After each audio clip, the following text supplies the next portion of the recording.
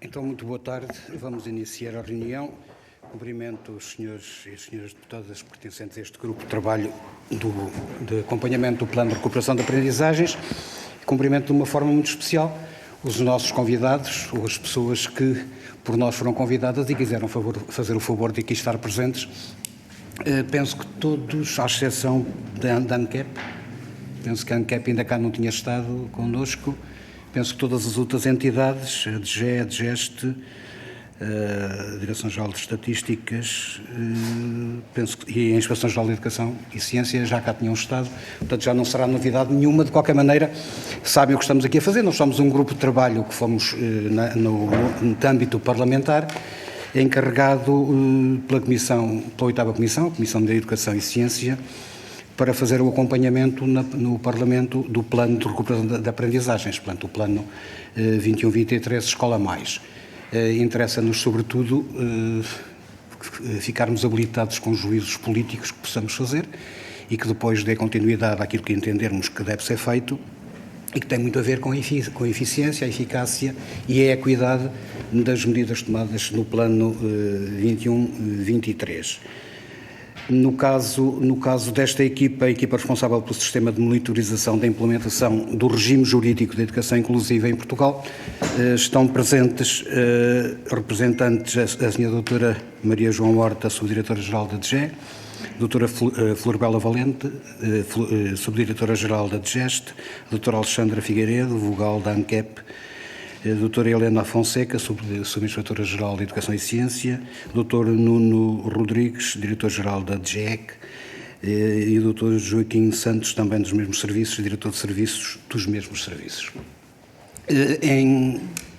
Para vos escutarmos e para também, pelo menos uma parte do trabalho, vos colocarmos as questões que julguemos pertinentes, estão presentes representantes do grupo parlamentar do PCP, portanto, do Partido Comunista Português, o Sr. Deputado Alfredo Maia, em representação do grupo parlamentar do Chega, o Sr. Deputado Gabriel Mitar Ribeiro, peço desculpa, em representação do Partido Social Democrata, o Sr. Deputado António Cunha.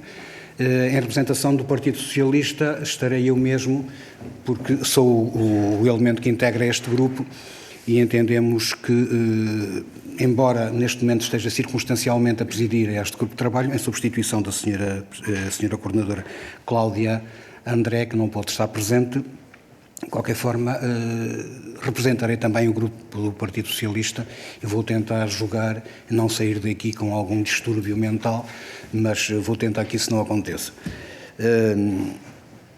Dito isto, e dando-vos as boas-vindas uma vez mais, e achando que não precisamos de fazer qualquer outro tipo de introito, tinham-nos sido indicado por vocês próprios que a intervenção nestes primeiros 15 minutos, portanto, vocês têm direito a 15 minutos inicialmente, depois terão perguntas colocadas pelos senhores deputados que estão presentes em 5 minutos cada um, e no final terão 15 minutos para as respostas que entenderem dar a essas perguntas colocadas.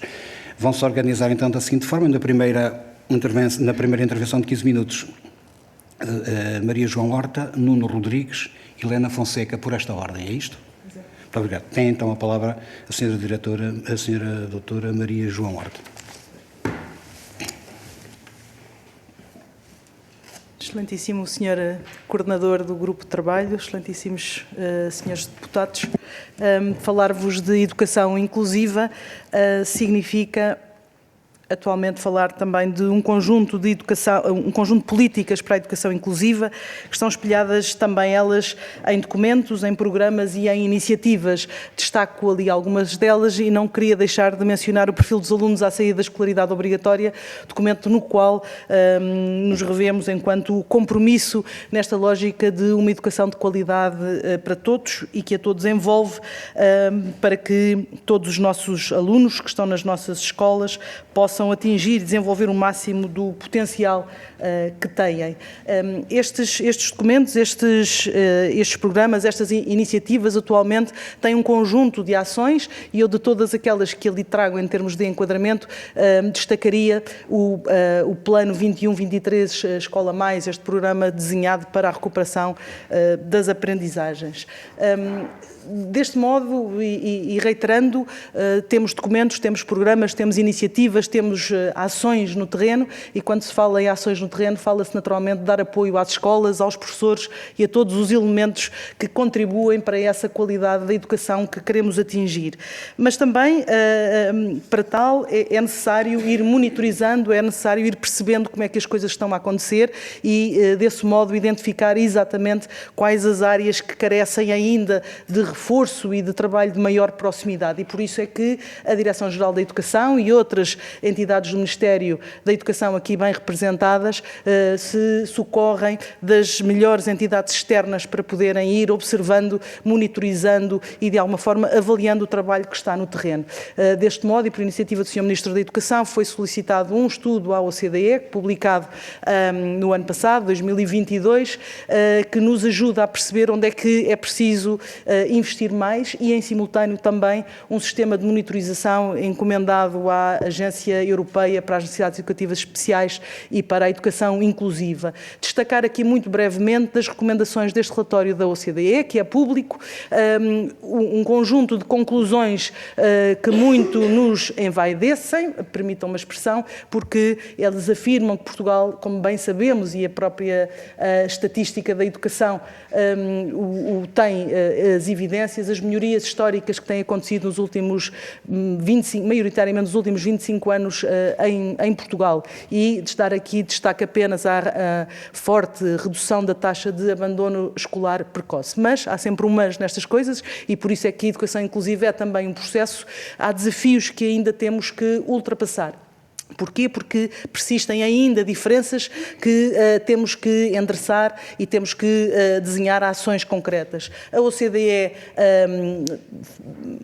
menciona nesse relatório que é necessário continuar a fortalecer toda a governança e ter um sistema mais robusto e coerente de financiamento para a educação inclusiva e é necessário também desenvolver mais ainda a capacidade de as comunidades educativas darem resposta à diversidade no sentido de promoverem a equidade e a inclusão na educação.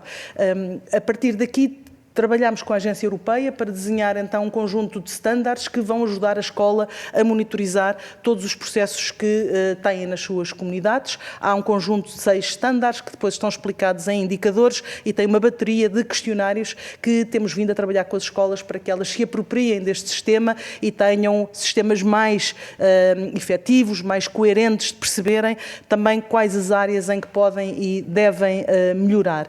Do lado dos serviços, logo que saiu o Decreto-Lei 54 de 2018, tivemos um manual de apoio à prática, que foi da maior utilidade para as escolas, dito por elas, e entre estes serviços que aqui estão hoje representados, temos vindo a insistir neste trabalho prático com as escolas, analisar casos práticos que chegam a todos estes serviços diariamente e também o desenho de um programa de formação a partir da preparação de um conjunto de formadores e temos neste momento, está a acontecer, os Centros de Formação da Associação de Escolas estão a implementar cursos e oficinas dirigidas quer às lideranças topo, lideranças intermédias e também professores, a partir de um conjunto de recursos, de materiais de formação que temos já públicos e a serem utilizados por estes formadores. Portanto, termino com este quadro descritivo de enquadramento do trabalho que temos no terreno, para agora passar a palavra ao meu colega e permitir-lhe então avançar com questões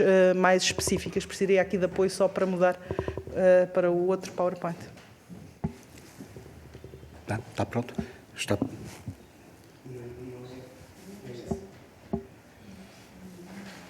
Modo de apresentação. Então, para continuar a apresentação, tem a palavra o Sr. Dr. Nuno Rodrigues, Diretor-Geral da DGEC. Muito obrigado, Sr. Presidente, senhores deputados e restantes colegas. É sempre um enorme prazer e agradeço a oportunidade de estarmos aqui novamente neste grupo de trabalho a poder apresentar, de facto, alguns destes dados hoje sobre a educação inclusiva. Hoje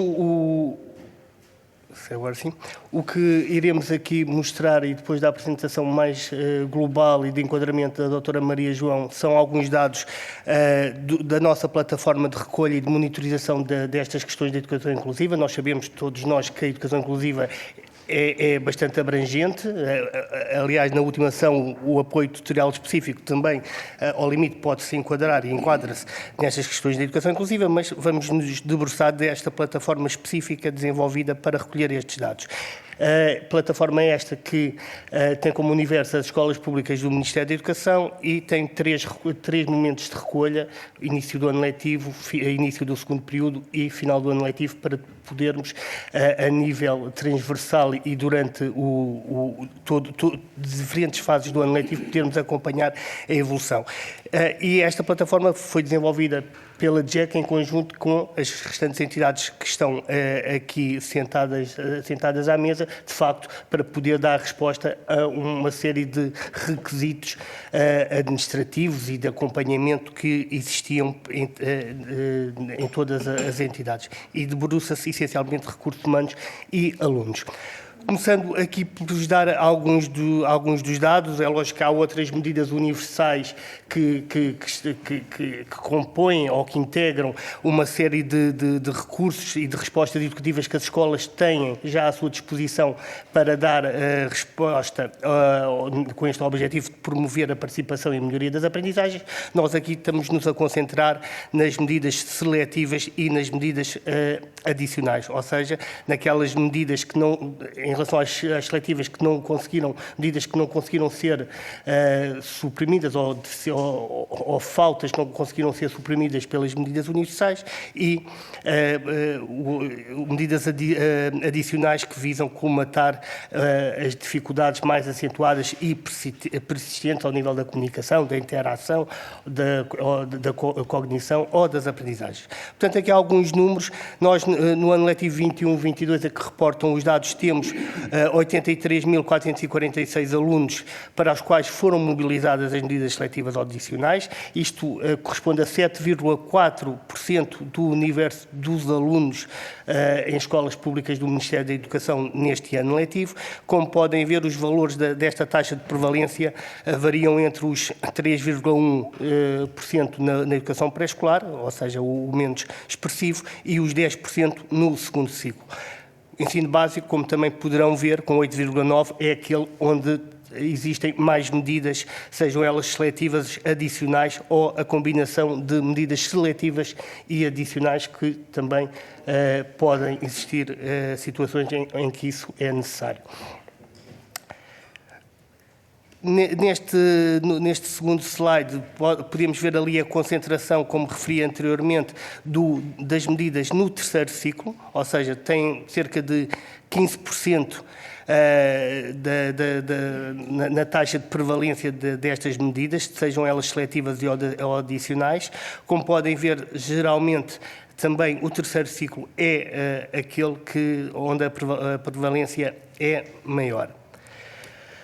Quando estamos a falar dos relatórios técnico-pedagógicos, portanto, ou seja, nos 83.446 relatórios técnico-pedagógicos existentes no ano letivo 21-22, 37.291 tiveram a necessidade de intervenção de apoios especializados. E, portanto, como sabem, estas necessidades de apoios especializados pode ter um ou mais do que apoios, e, portanto, temos num total 59.661 apoios especializados mobilizados nestes relatórios técnico-pedagógicos. Se olharem, portanto, para o gráfico da direita, poderão verificar que a principal fatia portanto, corresponde a 39%, são serviços de psicologia. Depois temos terapia da fala com 35% e terapia ocupacional com 14%.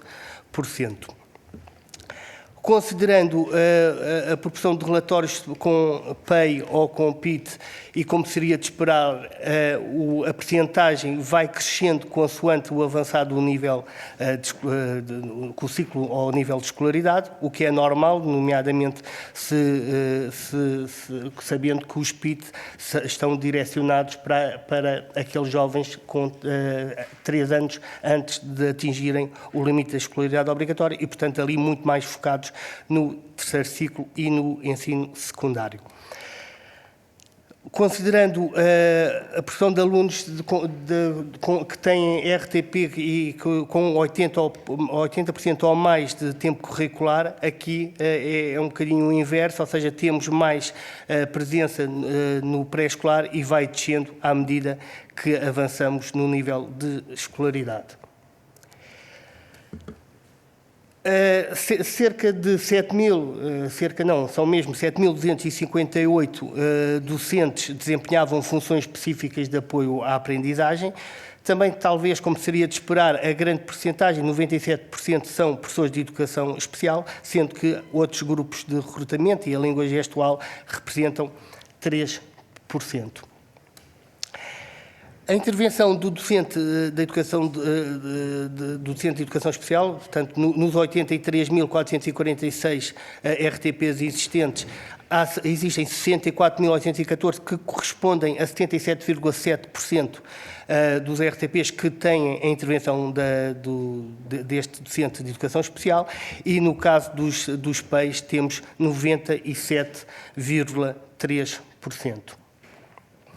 Sendo que a duração média do apoio semanal, em termos, portanto, de minutos, varia entre os 546 no primeiro ciclo, que é o valor mais baixo, e os 608 verificados no ensino secundário. Quando estamos a falar dos técnicos que fazem parte dos recursos humanos que garantem este apoio à aprendizagem e à inclusão, nomeadamente os apoios especializados que estão abrangidos pelos RTPs, aqui devemos sublinhar, e como se salta facilmente à vista, o papel dos psicólogos. De facto, são, digamos assim, os técnicos com maior representação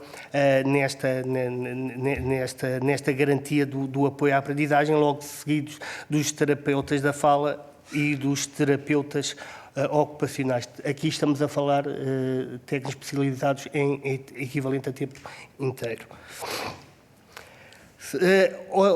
Olhando aqui para o serviço de origem, há a destacar aqui é o grande envolvimento das escolas, portanto, a contratação direta destes técnicos por parte das escolas, com 53%, ou também dos planos de ação estabelecidos entre as escolas e os CRIs, com 28%. As parcerias mostram aqui, revelam bastante aqui esta sinergia, ou esta capacidade de ligar entre as instituições da comunidade educativa, mas também os recursos locais, sejam eles empresas ou serviços privados. Temos quase 48% das instituições desta área, seguindo as autarquias com 25%. Portanto,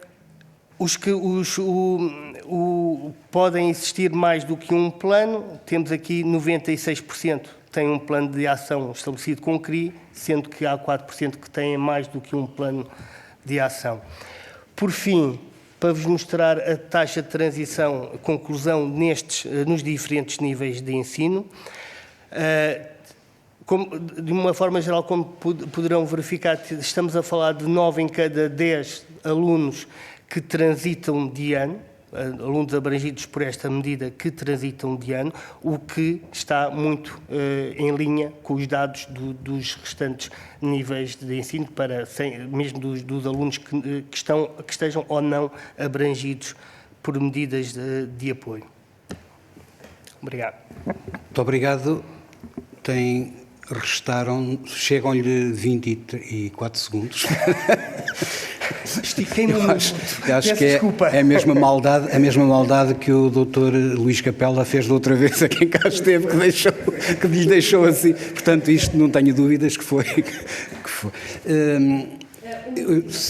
2 minutos.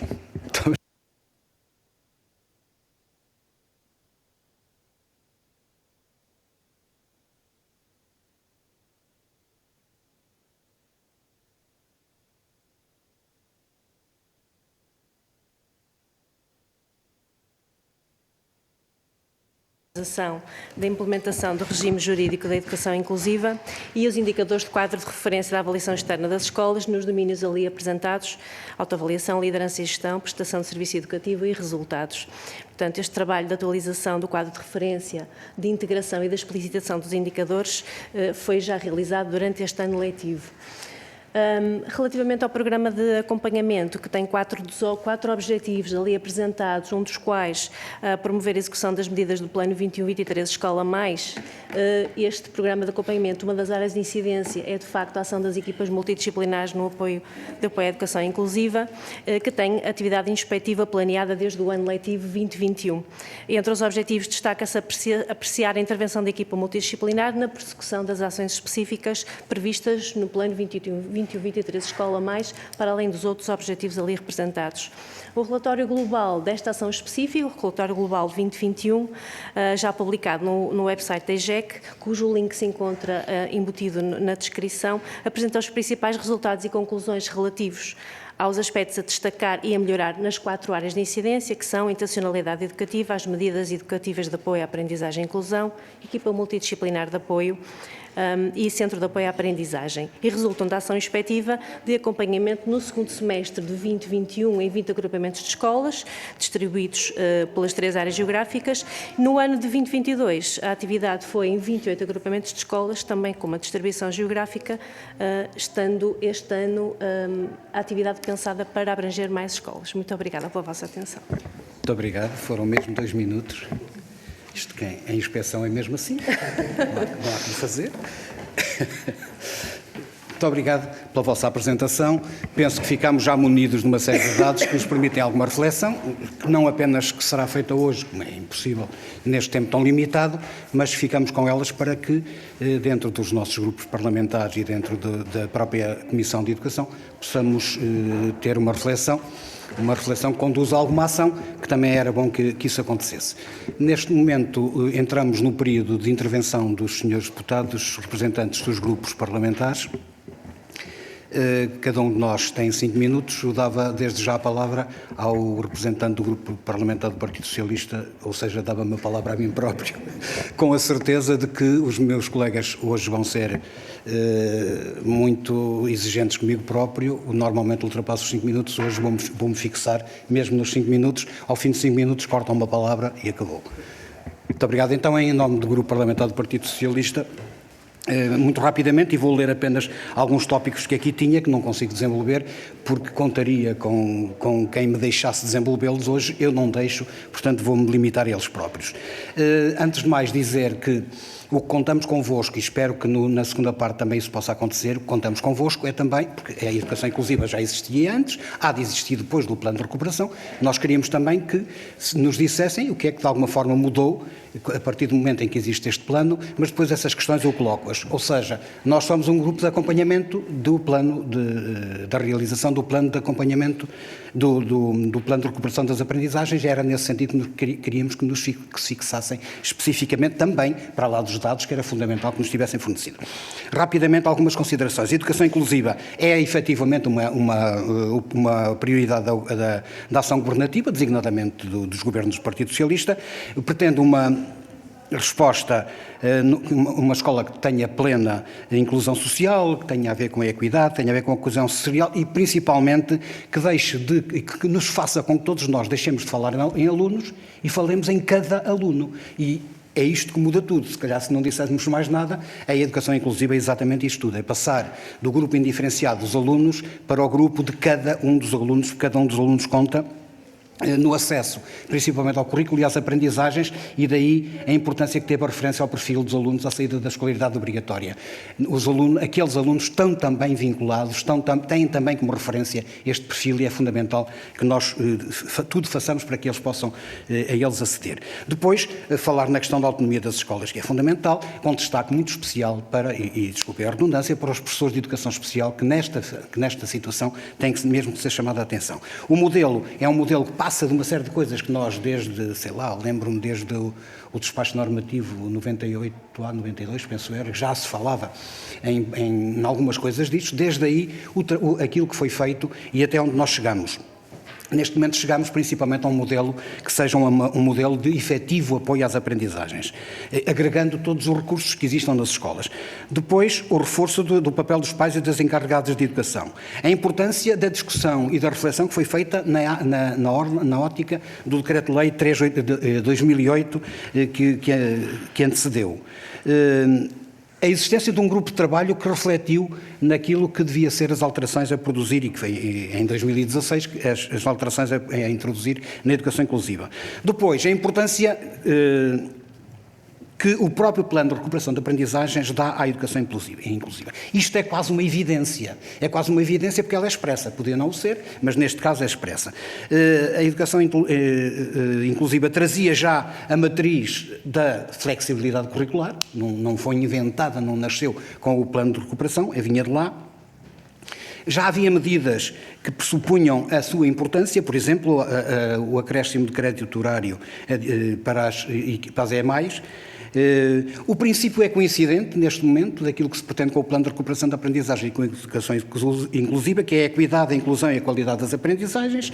Há uma ação específica a recuperar, incluindo no próprio plano, e há um domínio inteiro de atuação, que é o domínio 1.6, da mais inclusão e bem-estar. E há, para além disso, ou também com isso, a alocação de recursos humanos de educação inclusiva ao Plano de Recuperação de Aprendizagens. A importância do acompanhamento e monitorização, vocês próprios já nos disseram que ela tem e que não há dúvida nenhuma, e o plano, o próprio Decreto-Lei 54 de 2018 dá uma importância muito grande. Reparem que transforma em instrumentos de monitorização, avaliação, a própria equipa, que está aqui presente, as escolas, através dos relatórios de autoavaliação, com conclusões sobre a educação inclusiva, a IGEC, neste caso com avaliação, com um programa de avaliação, mas também, que era aquela que estava obrigado, mas também com um programa de acompanhamento que eu saúdo, e o Governo, que está vinculado em 5 anos a fazer a avaliação do próprio regime de avaliação inclusiva. As questões, para não ultrapassar mesmo os 5 minutos. As escolas usam o sistema de monitorização que foi desenhado pela Agência Europeia. A equipa faz trabalho em proximidade com as escolas, já vimos que faz, mas com as direções, com as equipas multidisciplinares mesmo, com os centros de apoio à aprendizagem. Analisa conclusões, esta pergunta eu gostava que lhe respondessem, analisa conclusões dos relatórios de autoavaliação das escolas sobre a educação inclusiva, que mudou, e era esta a questão específica, que mudou com o plano de recuperação de aprendizagens, que percepção tem da pandemia, e o que é que isso fez com que a educação inclusiva tivesse os olhares mais voltados para ela, e o que é que efetivamente conduziu. Que destacaria de positivo e de constrangimentos em relação ao trabalho da educação inclusiva que foi feito. Muito obrigado.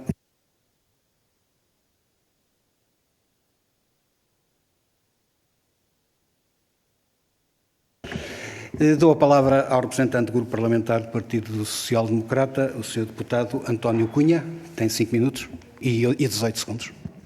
Muito obrigado, Sr. Deputado Coordenador, cumprimentar também os Srs. Deputados aqui presentes e, obviamente, cumprimentar a equipa aqui presente, a doutora Maria João Horta, a doutora Florbela Valente, a doutora Alexandra Figueiredo, a doutora Helena Fonseca, o doutor Nuno Rodrigues e o doutor Joaquim Santos.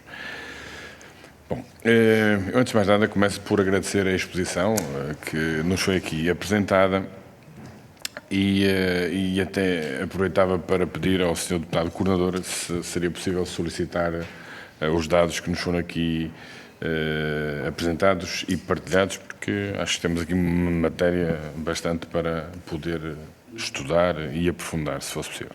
Bom, eu ia-me centrar no relatório do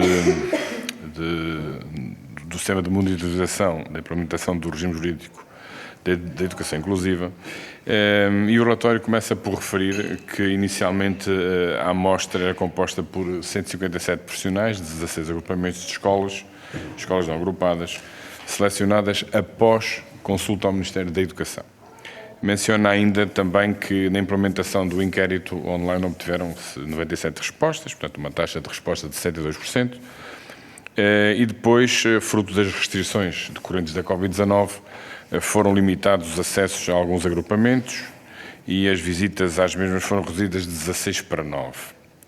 mas de qualquer forma foi garantida a representatividade de todas as regiões de Portugal continental.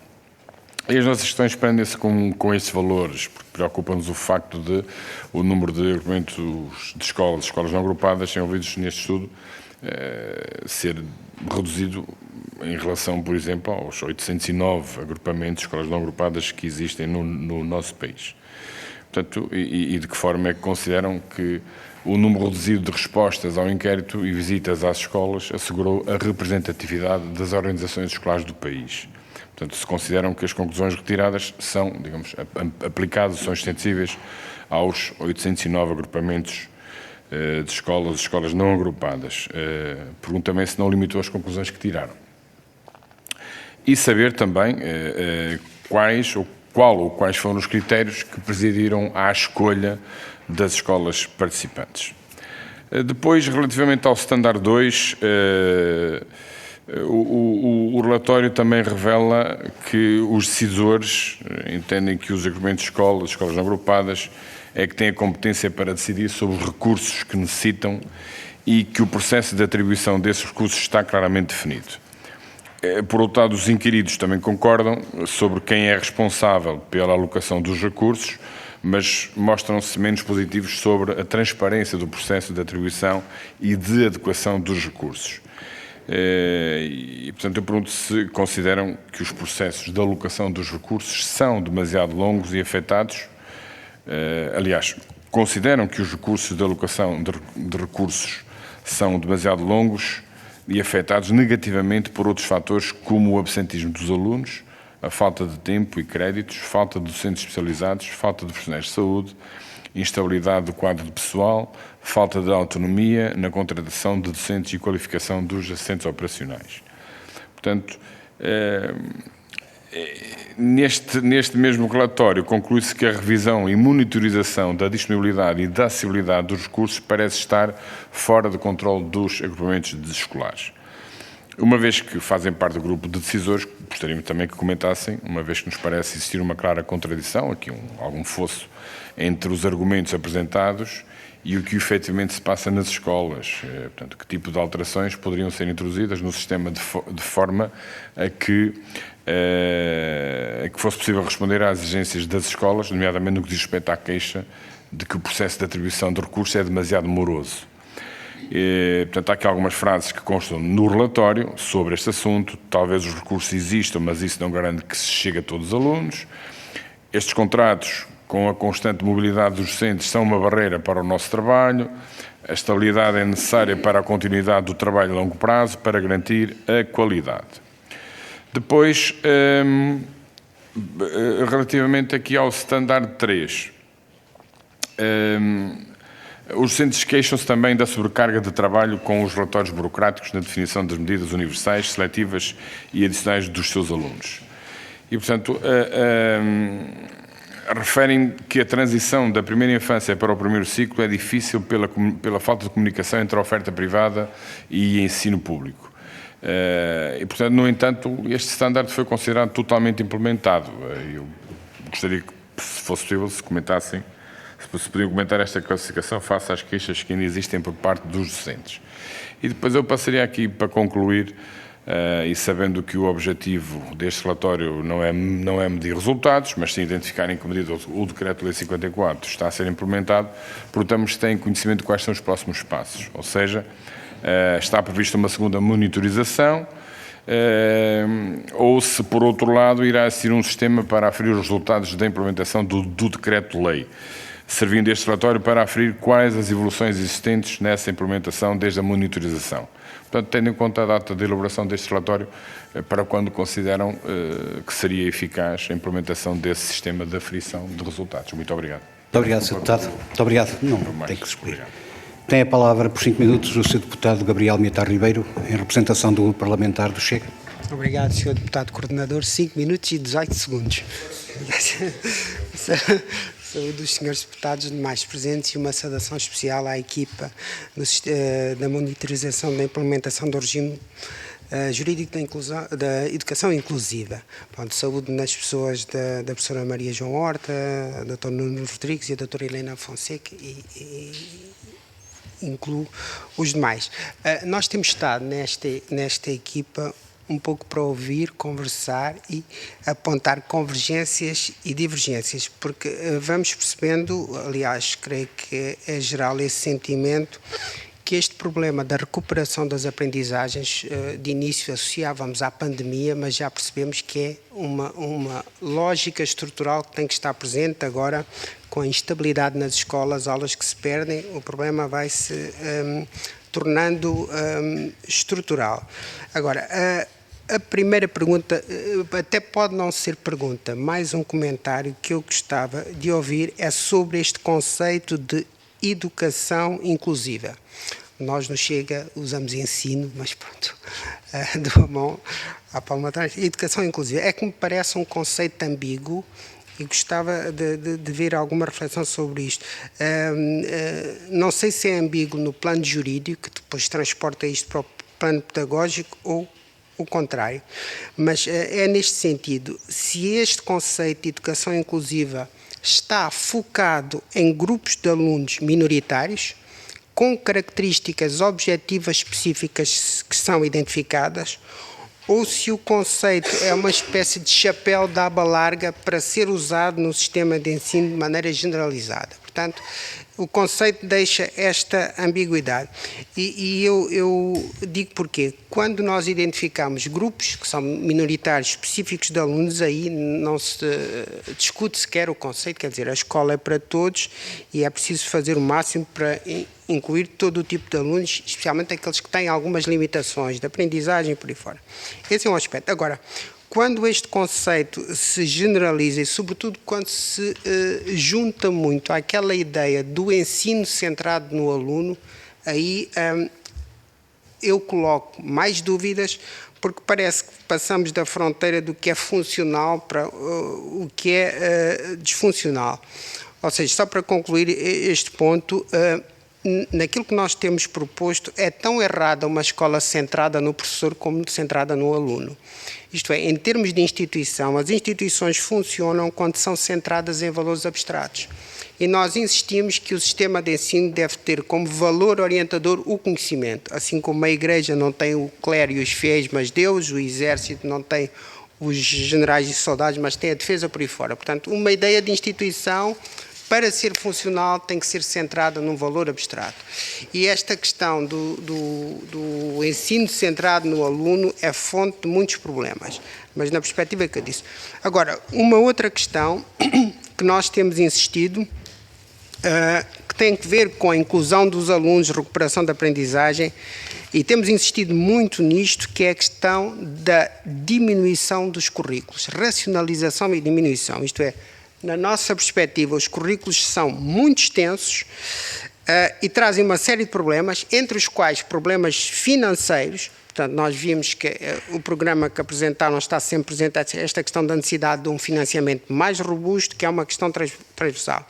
Mas também a extensão dos currículos provoca problemas sociais, isto é, os alunos passam horas a mais na escola, são horas a menos que estão nas famílias ou horas a menos que estão nas comunidades. Por exemplo, nós temos clubes, associações e igrejas, atividades cívicas para aí fora, que ficam um pouco prejudicadas por esta ideia de escola com currículos muito longos. Isto é, a escola quer centralizar muito a socialização de crianças e jovens, mas depois acabou por, digamos assim, exagerar na dose e tem lá dentro hoje problemas sociais disruptivos que nascem na escola, alguns dos quais ligados à violência, ao vandalismo, por aí fora.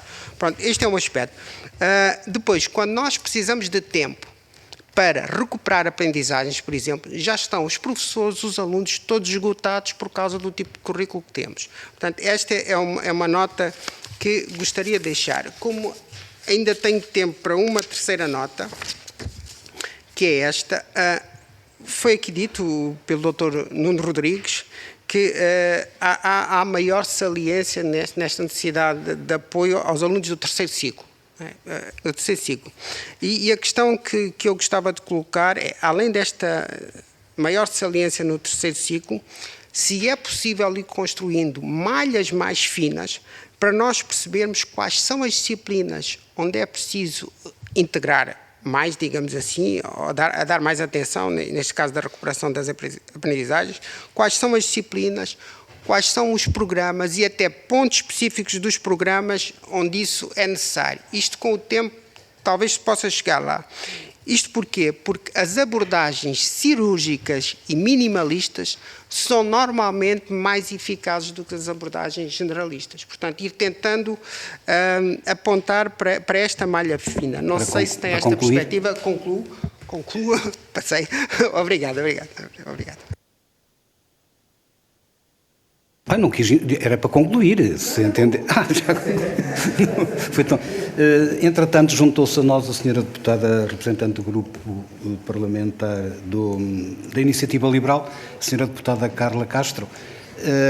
Não sei se quer intervir já, de qualquer forma, rapidamente digo-lhe o que é que foi. A apresentação foi feita inicialmente pela representante da DGE, portanto, teve bastante a ver com o sistema de monitorização desenhado pela Agência Europeia, penso que está dentro do assunto. Depois falou a DGE que frisou o questionário, não é propriamente estudo nem relatório, é um questionário que foi apresentado relativo à educação inclusiva 2020-2021 pela Direção-Geral, e falou também a representante da IGEC, portanto, a Inspeção-Geral de Educação e Ciência, falou de uma componente de avaliação, na avaliação externa das escolas, e numa componente de acompanhamento, monitorização, feita numa atividade de acompanhamento especificamente voltada para aí.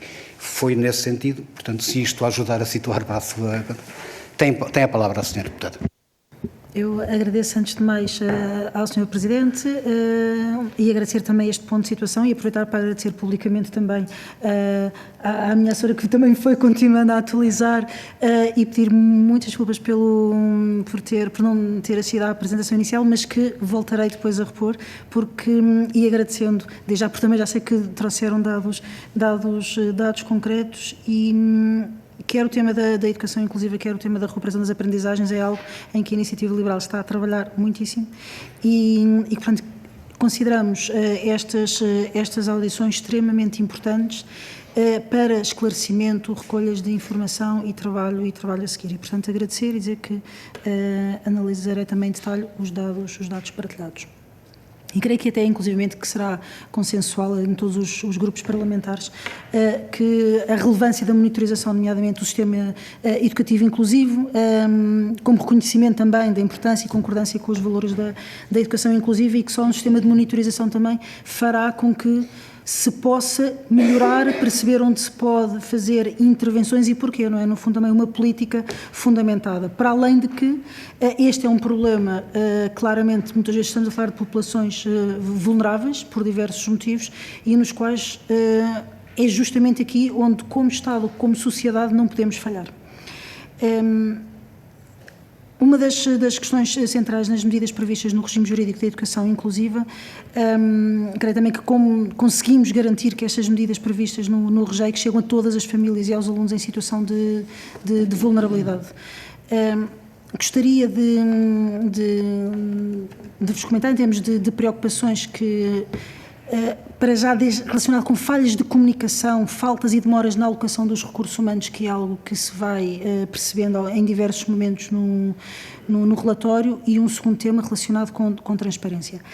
Na página 24 é possível ler-se que alguns inquiridos consideram que a informação inicial que foi divulgada se focava muito nos valores e princípios de inclusão e não em informação mais concreta e operacional sobre como implementar a educação inclusiva nas escolas e nas comunidades. Existe a expectativa que a segunda ronda de formação nacional se foque mais nos aspectos práticos da implementação para todo o pessoal da escola e comunidades.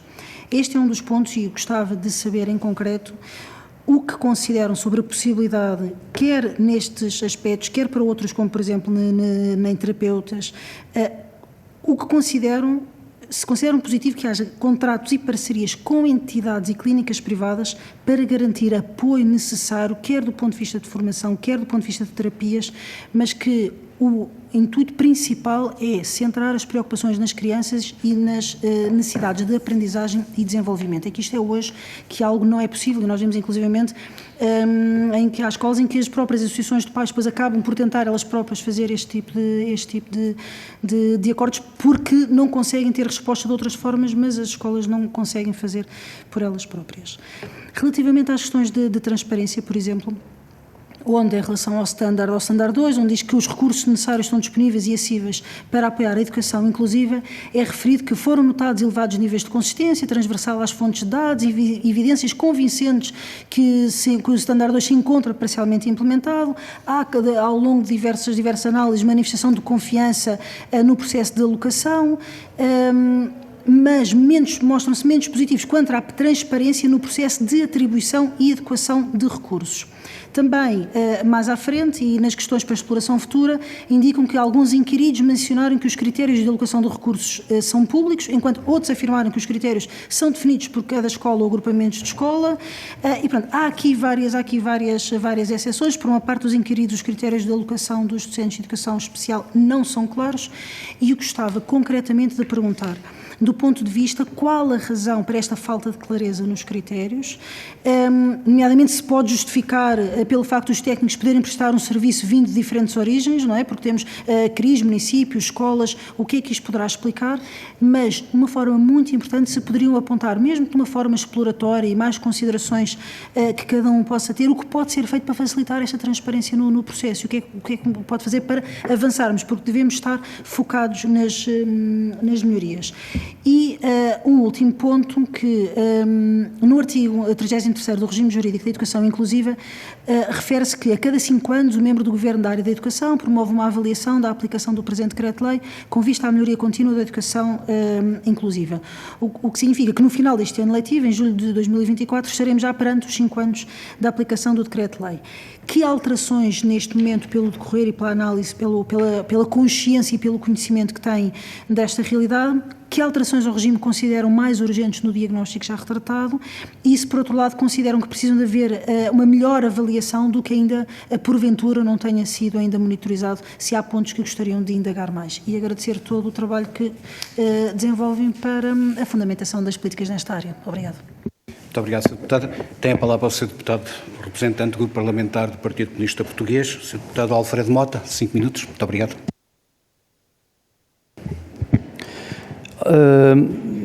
Muito obrigado, Sr. Deputado Coordenador, Srs. Deputados.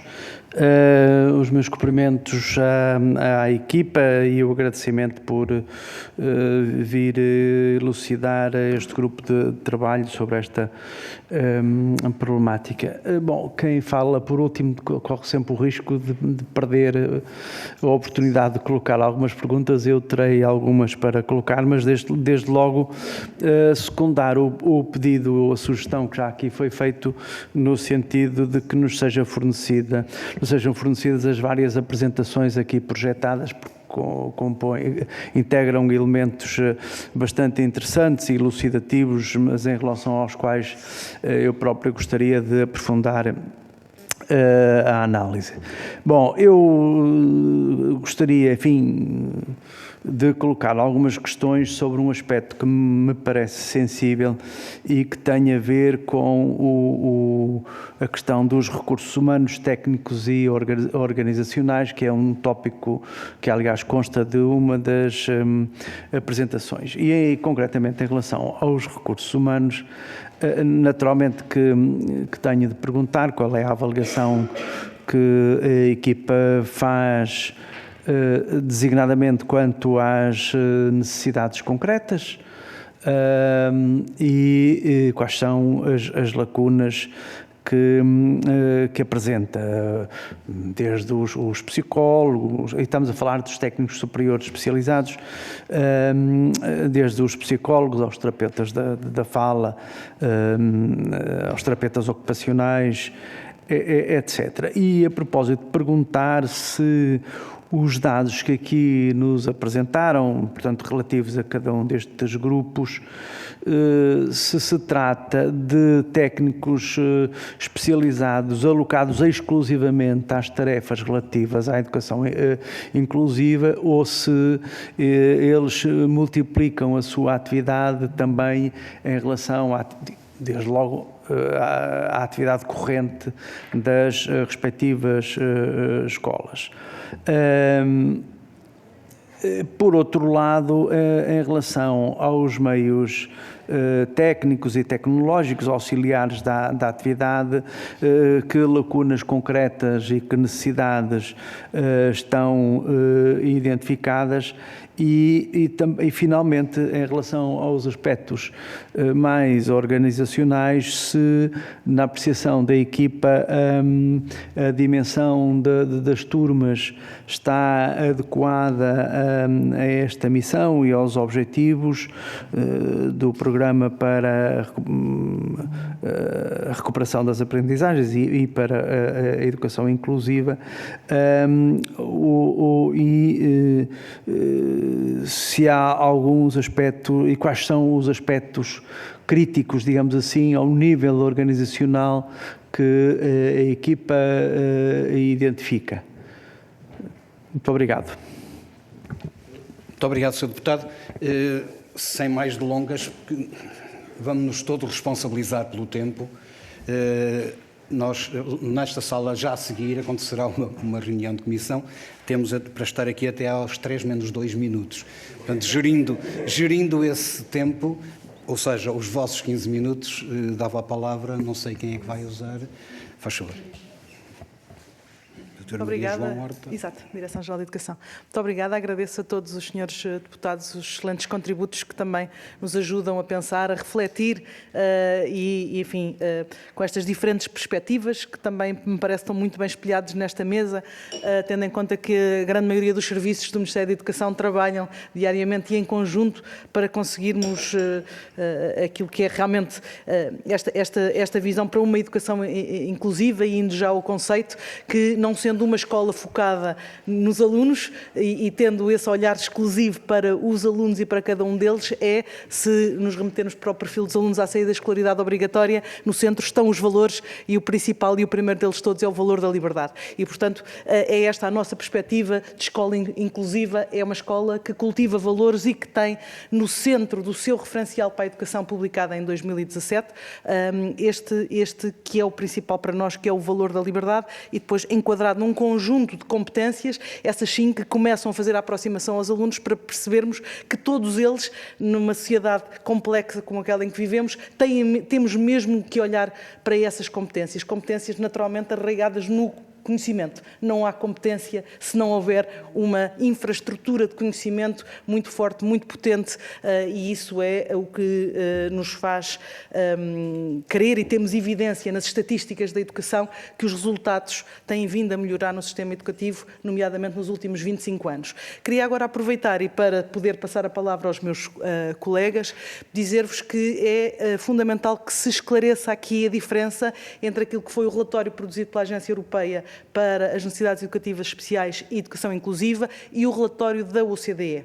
É fundamental destrinçarmos, porque eles têm objetivos distintos. E parece-me que os senhores deputados, ou pelo menos alguns dos senhores deputados, estão a olhar para o relatório da Agência Europeia como sendo o relatório que avaliou o processo de desenvolvimento da educação inclusiva em Portugal. E não foi. A encomenda, e está logo na primeira página, a encomenda foi a da construção de um sistema de monitorização ajustado àquilo que é a lei portuguesa para a inclusão. Tivemos a observar outros referenciais que existem, nomeadamente, por exemplo, um produzido pela Unesco, mas considerou o Sr. Ministro da Educação que era preciso um olhar específico para aquilo que são as políticas de educação inclusiva e construir um sistema de monitorização que servisse àquilo que está a acontecer em Portugal e não utilizar referenciais externos que depois não têm a ver com aquilo que é a visão, que são as políticas e as práticas em Portugal. E foi isso que foi encomendado.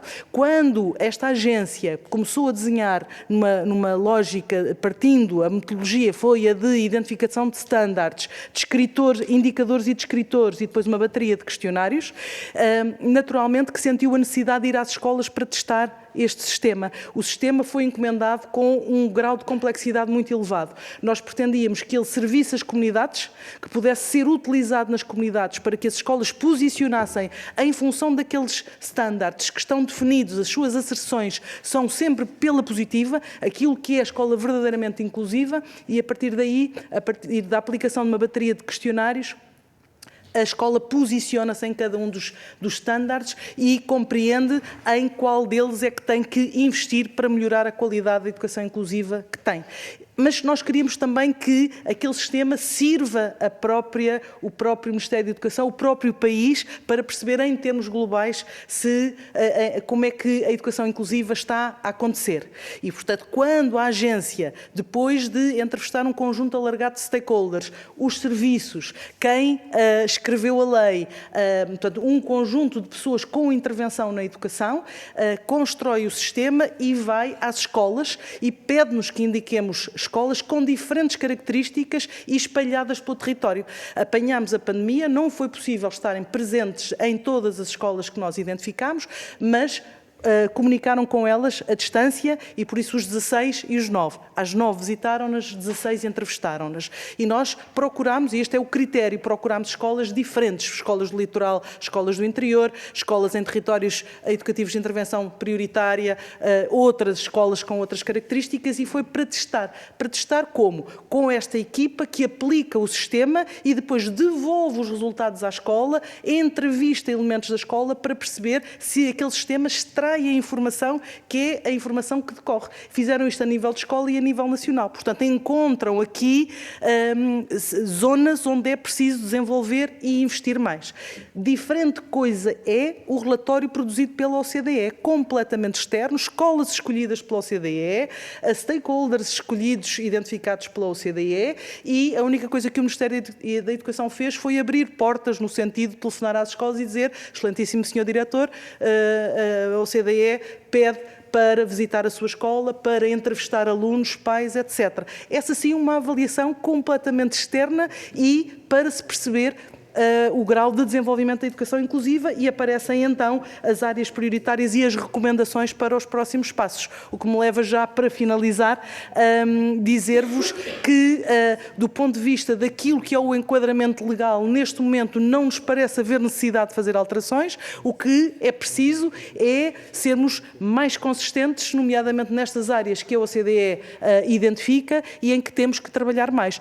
Observem, por exemplo, o facto de a OCDE dizer que as escolas têm que estar mais capacitadas, os professores têm que estar mais capacitados e outros técnicos que cada vez mais e bem temos nas nossas escolas, e por isso o desenho de um programa nacional de promoção da educação inclusiva, um programa que foi pensado por estas estruturas que aqui estão do Ministério da Educação, que se socorre da Academia para produzir recursos específicos. Constituímos uma comunidade alargada de formadores com quem temos vindo a trabalhar e que neste momento estão a fazer formação de lideranças topo, lideranças intermédias, nomeadamente, por exemplo, os coordenadores das equipas multidisciplinares de apoio à educação inclusiva e professores das diferentes áreas específicas, didáticas. Porquê? Porque a inclusão também tem que acontecer na sala de aula. Por isso, eu, professora de Ciências, que por acaso até sou, o meu colega, não és professor, pois não, estou ali um bocadinho mais à frente, vou à Flor Bela, que é professora de Biologia, todo e qualquer professor tem que estar preparado na sua sala de aula para lidar com a diferença, com a diversidade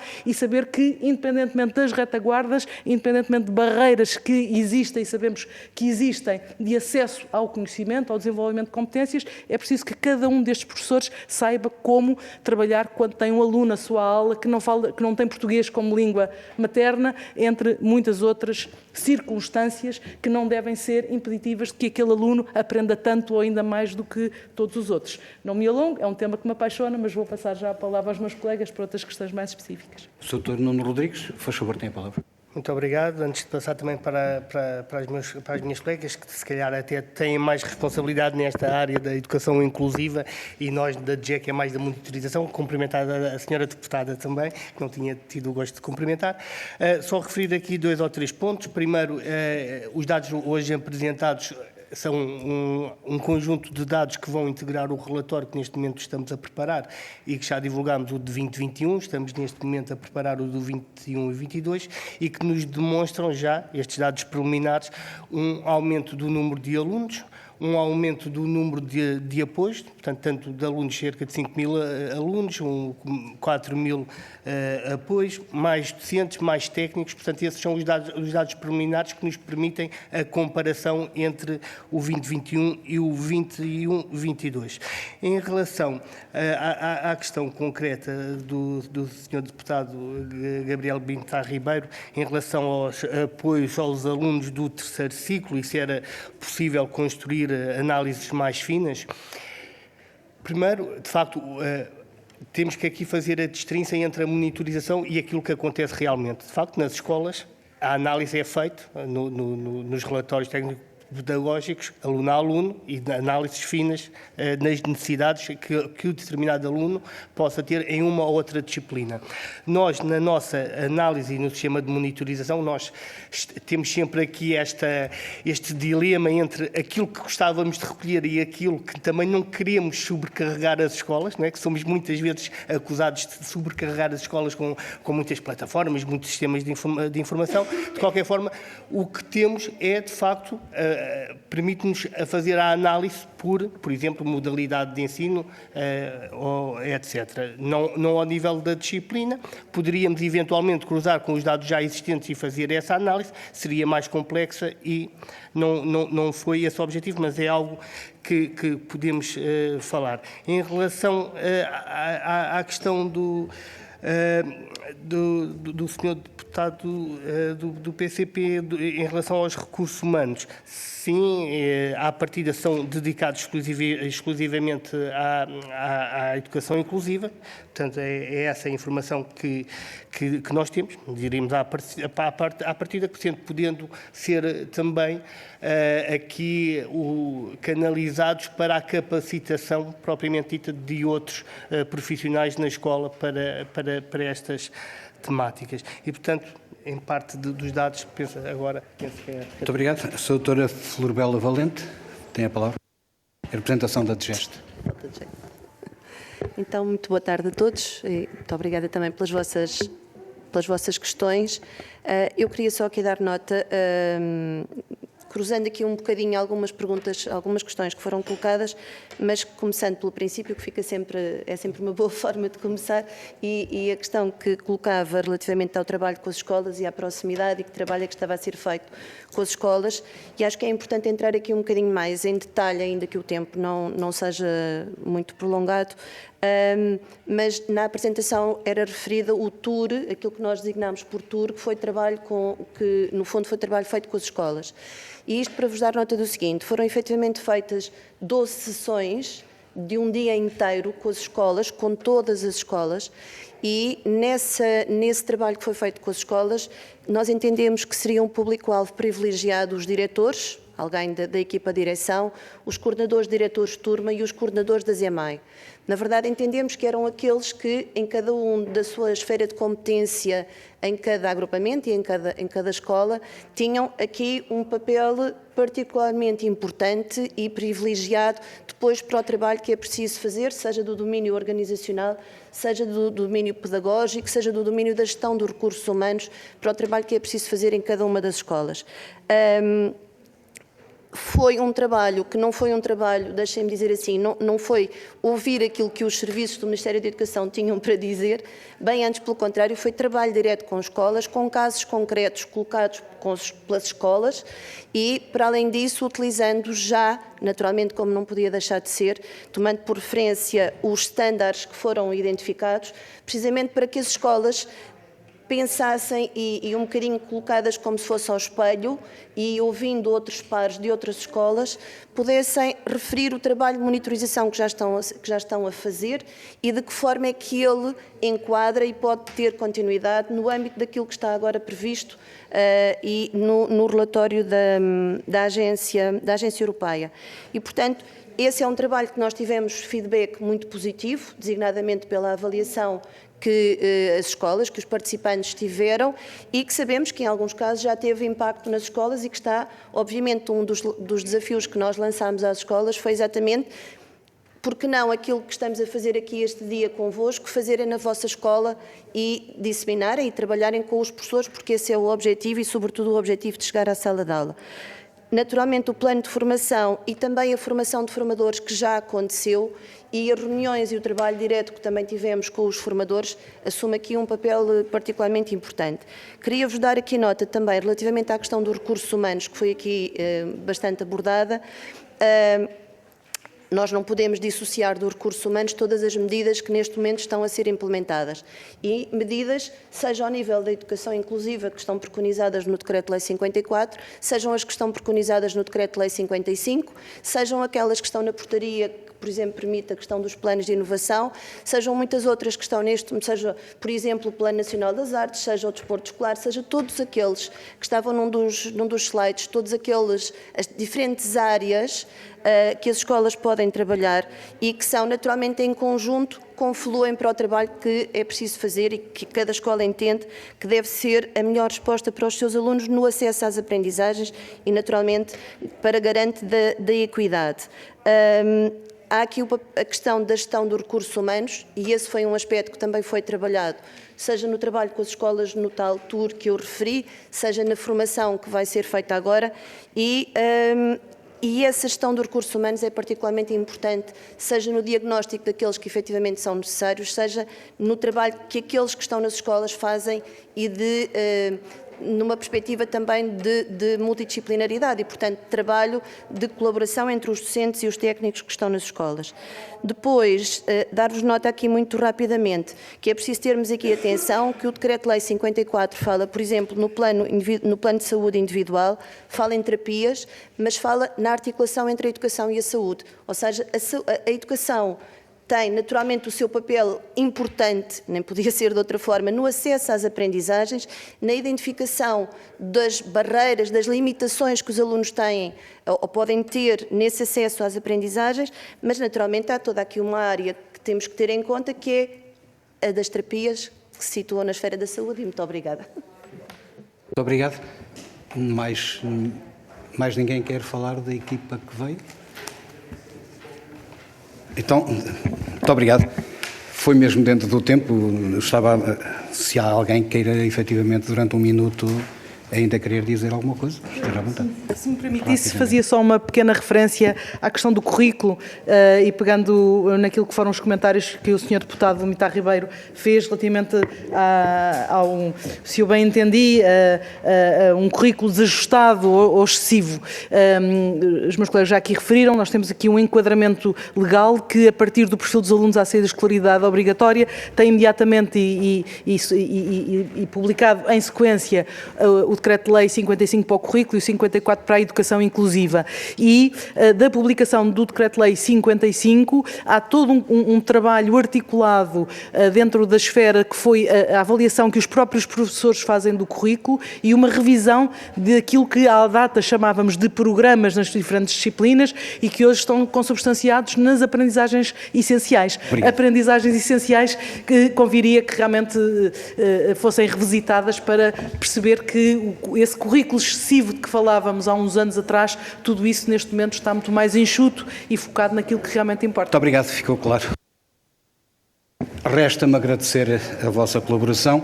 Foi excelente o trabalho que aqui fizeram, porque pelo menos deixaram-nos pistas de reflexão individual e coletiva que nós muito agradecemos e dentro do trabalho que temos que fazer, e volto a dizer uma vez mais, nós somos um grupo de acompanhamento do plano de recuperação de aprendizagens e é nesse sentido que nós vamos tentar aproveitar aquilo que nos deixaram, muito para lá disto, mas também relativamente a isto. Muito obrigado.